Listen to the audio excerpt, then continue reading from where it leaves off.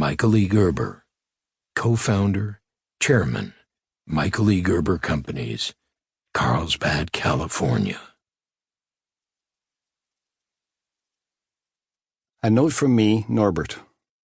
Reading this book and implementing its message will transform the way you practice architecture, and in the process may change your life.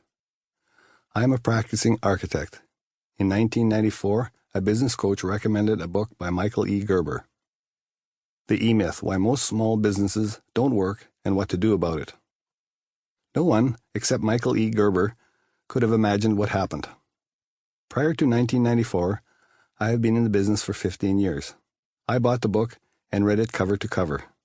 Unlike most business books, it was understandable and described exactly what was wrong in my business. Since my business was struggling, I decided I had nothing to lose and to follow the recommendations in this book and change the way I conducted my business affairs. With the book's guidance, I knew what to do to change, having faith that the outcome of my business would be different. I was then working on the business rather than in the business. At first, this principle seemed to be a play on words, but each day as I followed the advice on how to intentionally design, create, and mold a business, I began to experience its impact. Originally, my firm was set up following the model of the firm I had worked for before starting my own practice, the classic old-school model of architectural office setup. It didn't take long before the impact of E-Myth methods began to bring new customers. This happened before we fully established the E-Myth culture of the new way of doing things. Because of all the new work, before I knew it, I had reverted to the old way of working in the business.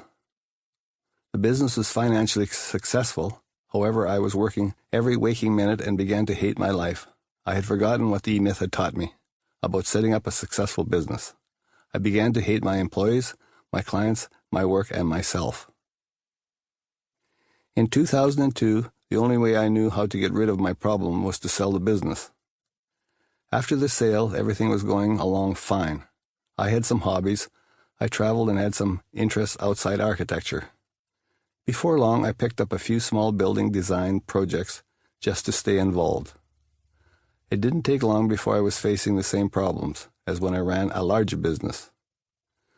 Somewhere inside me, I imagined that there must be a way to practice architecture successfully without the long hours and frustrations. So I went back to E-Myth and reread it. Also, I visited the E-Myth website where I learned about the E-Myth Mastery Program. This program gave me the details in all aspects of how to set up and operate a successful business. This program had, along with weekly instruction lessons, a coaching program where each week you could discuss questions and business-related problems. As I went through the program, I set up all aspects of the new company in accordance with the E-Myth Mastery, as they were concurrently covered in the program. When I was about halfway through the program, an associate of mine invited me to join in a newly established firm.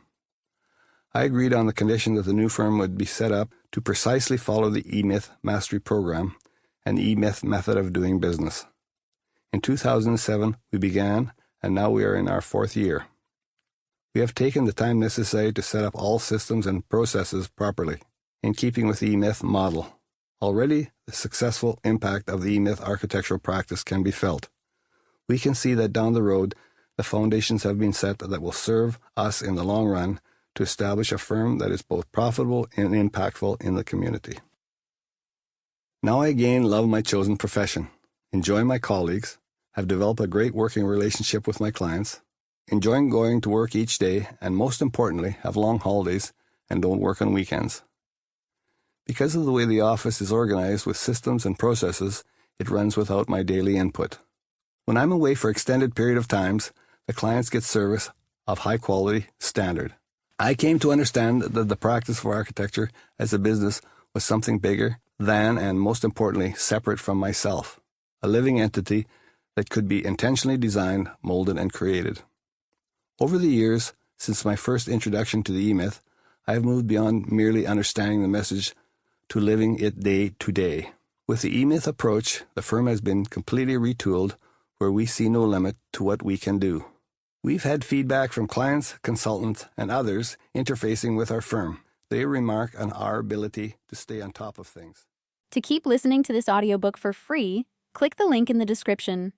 It will take you to a free Audible trial where you can listen to this and many other books for free for 30 days.